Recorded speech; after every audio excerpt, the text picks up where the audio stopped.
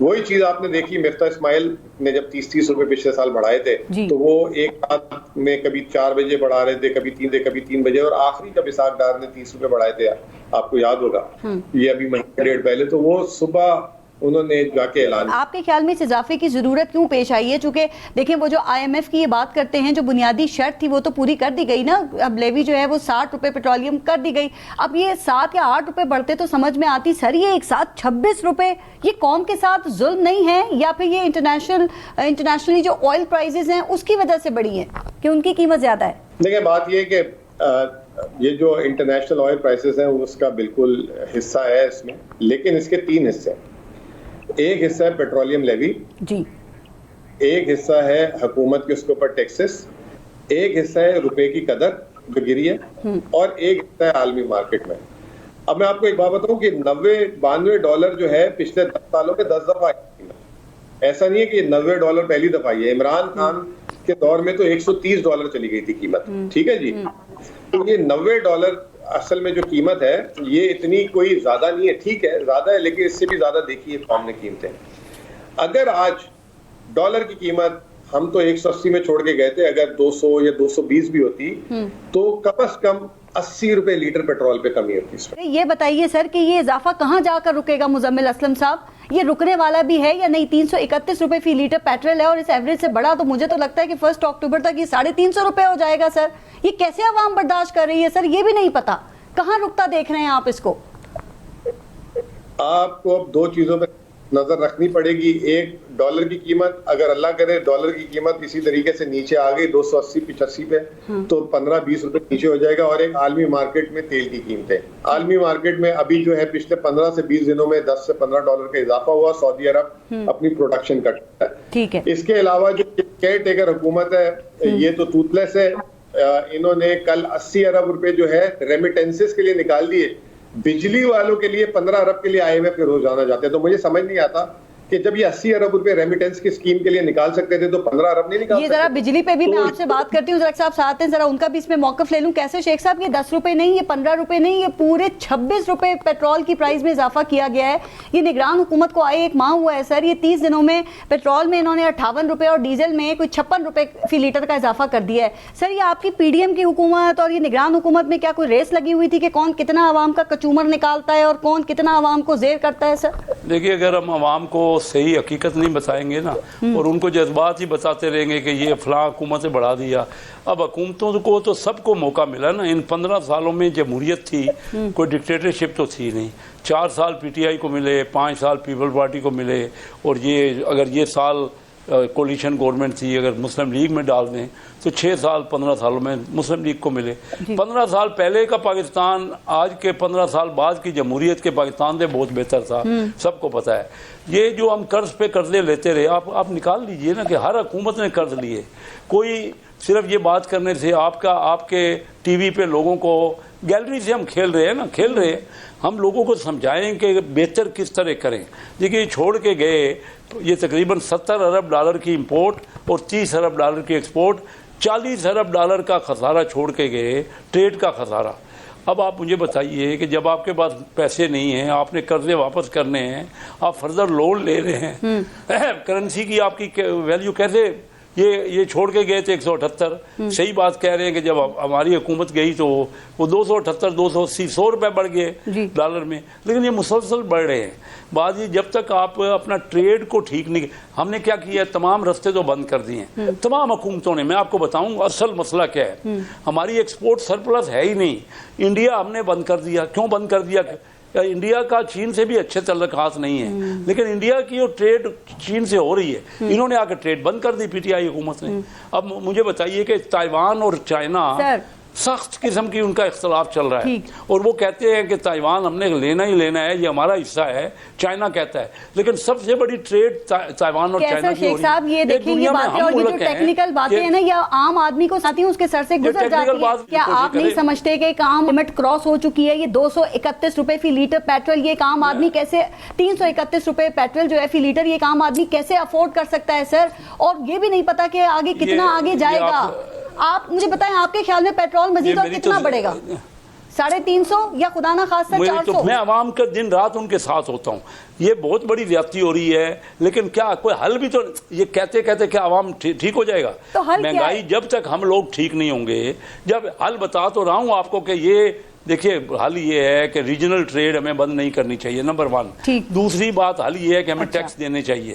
تیسری بات یہ ہے کہ سمگلنگ کو روکنا پڑے گا. یہ ابھی سمگلنگ روک, دیکھیں نا آپ بتائیے کہ ہمارے دونوں طرف ہے نا, ایسٹرن بارڈر بھی ہے اور ویسٹرن بارڈر بھی ہے. کیا وجہ ہے کہ سارا مال ایران اور افغانستان سے سمگل ہو رہا ہے, ڈیوٹی پے نہیں ہو رہی, سیل ٹیکس پے نہیں ہو رہا. میں بزنس مین ہوں, ڈاؤن بھی کیا جا رہا ہے نا, لیکن سر آپ نے عوام دینے کی بات کی نا, آپ جانتے ہیں کہ یہ عوام جو ہے وہ مسلسل ملک کے لیے قربانیاں دیتی آئی ہے, اور شاید کیسر شیخ صاحب آگے بھی دیتی رہے گی. لیکن جب یہ عوام دیکھتی ہے کیسر شیخ صاحب کہ ان کے ٹیکس کا پیسہ اس مافیا اپنی عیاشیوں میں اڑا رہے ہیں, ان کو مفت پیٹرول ملتا ہے, ان کو مفت بجلی ملتی ہے سر, تو وہ عوام بھی سوچے گی نا کہ ہم قربانیاں کیوں دیں, صرف یہ کیوں نہیں دیتے, ان کی مفت بجلی کیوں نہیں بند کرتے, ان کا مفت پیٹرول کیوں نہیں بند کرتے. سر میری بات سنیں, اس وقت ملک میں اشرافیہ اور متعلقہ سرکاری اداروں کے ملازمین کو 220 ارب روپے کا مفت پیٹرول اور 550 ارب روپے کی مفت بجلی مل رہی ہے, یہ کیوں نہیں بند ہوتی؟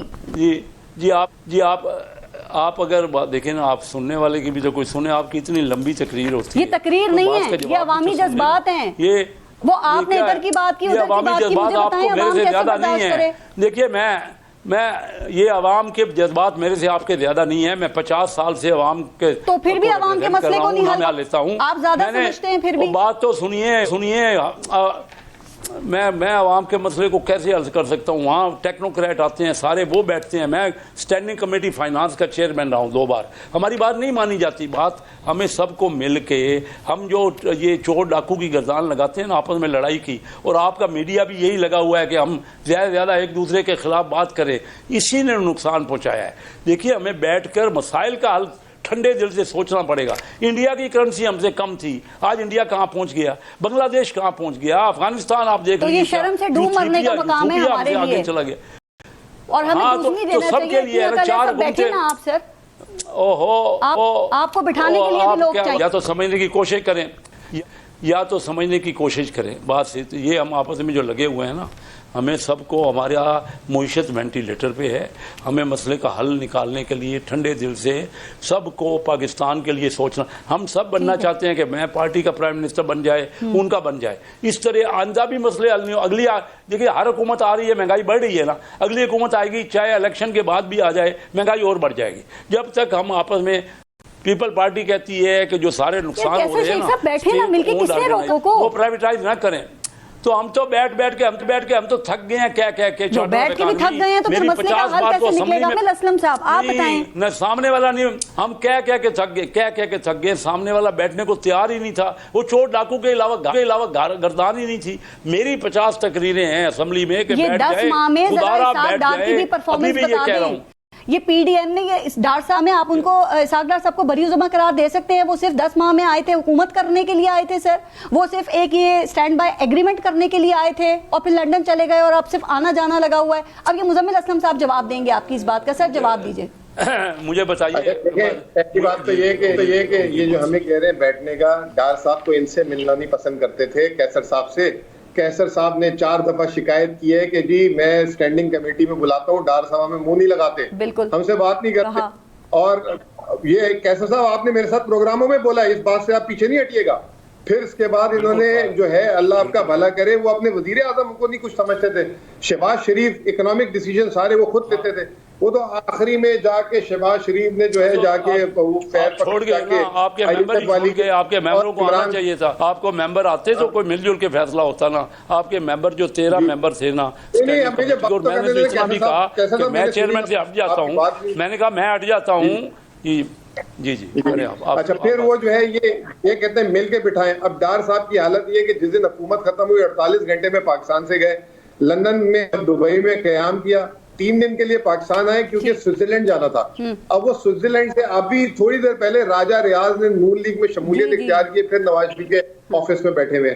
تو جن کی پرائرٹیز یہ ہو, اور جن کو جو ہے معیشت کے بارے میں کچھ الف بے بھی نہ پتا ہو, 200 روپے کا ڈالر ہے, پھر 240 کا ڈالر کہہ دیا کر دیں گے, پھر 300 میں جاتے ہوئے کہہ رہے ہیں کہ جی عالمی اداروں نے سازش کر دی ڈار صاحب. مطلب وہ اتنے فارغ پڑے ہوئے ہیں کہ وہ ڈار صاحب کے خلاف عالمی اداروں نے سازش کر دی.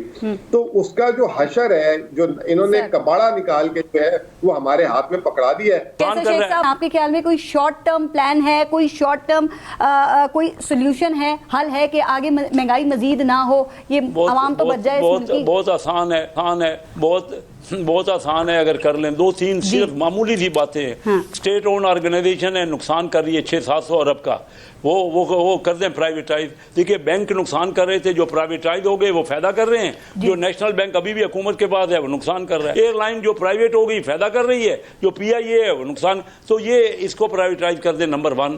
نمبر 2, ٹریڈ کھول دیں پورے اپنے ریجن میں, تاکہ آپ ہماری سینٹرل ایشیا تک بھی مال جائیں اور ادھر بنگلہ دیش تک بھی مال جائے. تیسری بات یہ ہے کہ ہم کرپشن کو اور اسمگلنگ کو ختم کریں. باتیں سیدھی سیدھی ہیں. اچھا ٹیکس کو وصولی کریں.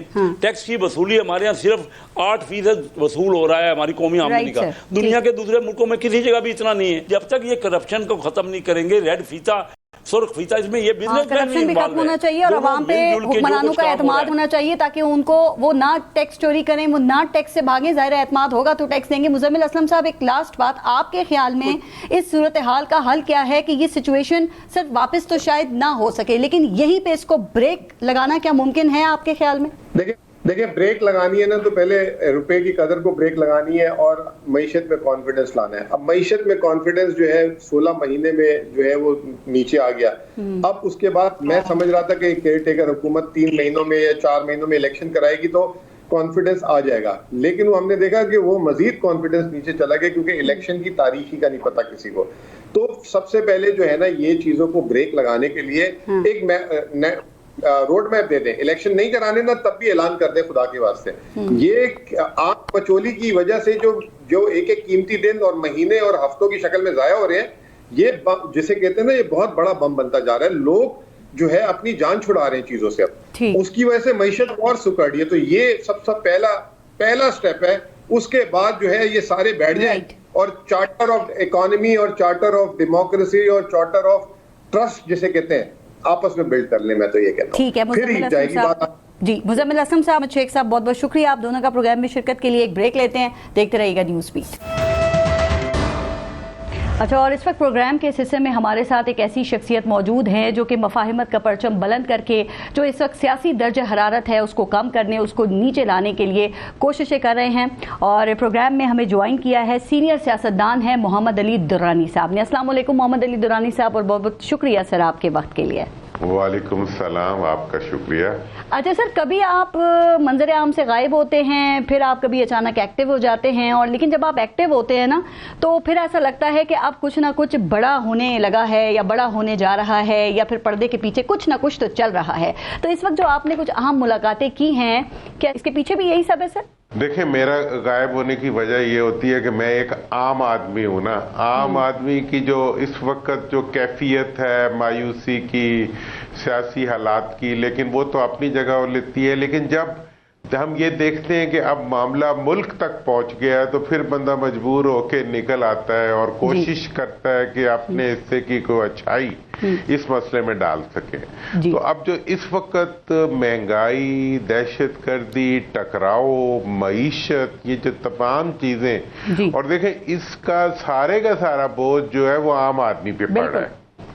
اس پہ سیاست تو سارے لیڈر کر رہے ہیں, لیکن بوجھ تو بیچارے عام آدمی کو اٹھانا پڑ رہا ہے. تو اس لیے میں نے تو اس پہ یہی سوچا کہ اگر اس کی اصلاح کے لیے کچھ کیا جائے گا تو وہ شاید عام آدمی کے کسی بھلے میں چلا جائے. سر آپ ٹھیک بات کر رہے ہیں. مجھے یاد ہے کہ چیئرمین پاکستان تحریک انصاف کا ابھی جب دور حکومت تھا تو اس وقت شہباز شریف صاحب جیل میں تھے اور آپ کی ان سے بھی ملاقات ہوئی, اور اس کے بعد ہم نے دیکھا کہ نون لیگ کے لیے سب اچھا ہونا شروع ہو گیا تھا. حالانکہ اس وقت آپ کو یاد ہے نا کہ اسٹیبلشمنٹ اور نون لیگ کے درمیان جو تناؤ ہے وہ کافی شدید تھا, لیکن پھر صورتحال بہتر ہوئی. بعد میں مولانا فضل الرحمان سے بھی آپ کی ملاقات ہوئی تھی. تو سر ابھی پچھلے دنوں جو صدر عارف الوی سے آپ کی ملاقات ہوئی ہے تو اس کا کیا بیک گراؤنڈ ہے, اور یہ ملاقات درانی صاحب کیوں ضروری تھی؟ دیکھیں, اس کا بیک گراؤنڈ یہ تھا کہ جو پی ٹی آئی کے لیڈرز ہیں جو اس وقت بھی ابتلا کے باوجود پی ٹی آئی کے ساتھ کھڑے ہیں.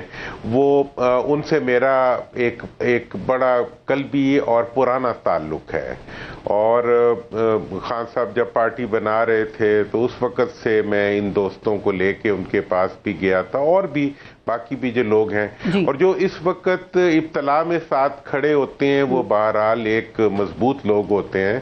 تو انہوں نے, ان سے میری فردن ملاقاتیں ہوئی تو انہوں نے اس چیز کا اظہار کیا کہ ہم تو ٹکراؤ چاہتے ہی نہیں ہیں.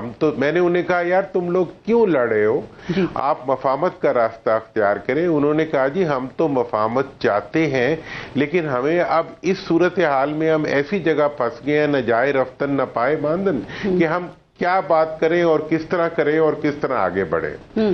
تو اس کے اوپر پھر میں نے بہت زیادہ وہ کیا, کنسلٹیشن کی, سوچ و بچار کی, اور پھر میں صدر صاحب کی خدمت میں حاضر ہوا اور ان سے میں نے یہ ایشو ڈسکس کیا کہ جی اس موقع کے اوپر ٹکراؤ کا کوئی فائدہ نہیں ہے. اس موقع کے اوپر کانفیڈنس بلڈنگ میئرز کے ذریعے گریجولی حالات کو بہتر کرنے کی جو کوشش ہے وہ ایک بہتر کام ہو سکتا ہے, جس پہ کہ ہمارا بالکل اتفاق ہوا, اور انہوں نے اس چیز سے اگری بھی کیا, اور انہوں نے اس بات کے اندر بہت مثبت رول بھی پلے کیا.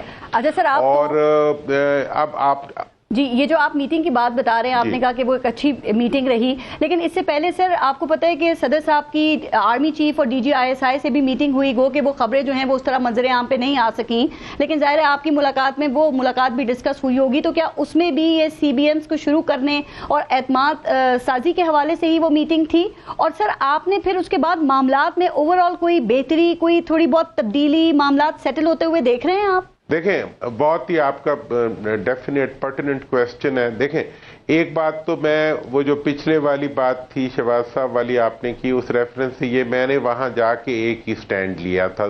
ایک تو میں اس وقت چاہتا تھا کہ وہ لوگ استعفے وغیرہ دے رہے تھے کہ یہ جو پولیٹیکل سسٹم ہے یہ ڈی ریل نہ ہو, اس میں ملک کا نقصان ہو جاتا ہے جب سیاسی نظام ہلتا ہے.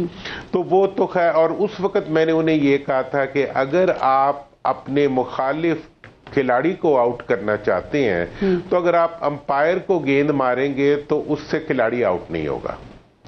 مطلب آپ جنہیں امپائر کہہ رہے ہیں ان کے خلاف آپ جتنی مرضی ان کو گیندیں مار کے زخمی بھی کر دیں, لیکن اس سے کھلاڑی آؤٹ نہیں ہوگا. لہذا آپ اپنے آپ کو اس جگہ پہ لائیں جو آپ کے کھیلنے, اور وہ آپ کی بات کو عارف الوی صاحب سے جب میری جی اور وہ سمجھ گئے یا لوگوں نے سمجھا دی یا اللہ نے بہتری کی, میں کوئی بہت بڑا کلیم نہیں کرتا اپنے ریفرنس سے. اب یہ ہے کہ الوی صاحب سے جب میری ملاقات ہوئی تو اس سے پہلے ان کی دو جو قائدین ہیں آرمی چیف سے اور ڈی جی صاحب سے ملاقات ہو چکی تھی, اور اس کا ایک مثبت اثرات مجھے وہاں محسوس ہوئے. اور وہ 2 گھنٹے کی ان کی ملاقات تھی, اور اس کے بارے میں ان کی رائے یہ تھی کہ یہ ان کی پہلی ملاقات تھی, لیکن اس میں بہت ہی ایک مثبت طریقے پہ ساری بات چیت ہوئی اور گفتگو آگے بڑھی. اس موقع پہ میں نے الوی صاحب سے اپنی یہ تجویز دی کہ میں یہ چاہتا ہوں کہ ہم پاکستان کے اندر ایک انیشیٹو لیں جس میں ہم یہ کہیں کہ پاکستان, جمہوریت اور فوج, ان تینوں چیزوں کو ٹکراؤ میں سے نکال دیا جائے. ٹھیک ہے, ان کو سیاسی کنفرنٹریشن کا حصہ نہ بنایا جائے اور ان کے اوپر سیاست نہ کی جائے. اور یہ اس وقت ان سے میری انڈرسٹینڈنگ ہوئی, انہوں نے کہا کہ یہ بالکل ہم اس پہ اگری کرتے ہیں. میں نے پی ٹی آئی کی قیادت سے بھی اس کے اوپر بات کی, ان کی طرف سے بھی اس پہ اتفاق تھا. آپ نے یہ کہا کہ سیاستدان اسٹیبلشمنٹ کو استعمال کرتے ہیں اور پھر ان کو آنکھیں دکھاتے ہیں. درانی صاحب آپ نے یہ تمام سیاسی جماعتوں کے حوالے سے بات کی یا کسی ایک اسپیسیفک جماعت کے حوالے سے بات کی؟ چونکہ سر آپ جانتے ہیں ہمارے یہاں ایک عمومی تاثر یہ ہے کہ یہاں پہ اسٹیبلشمنٹ جو ہے وہ سیاستدانوں کو استعمال کرتی ہے اور اس کے بعد پھر وہ انہیں سیاسی انتقام کا نشانہ بنایا جاتا ہے. دیکھیں اقتدار میں کون آتا ہے,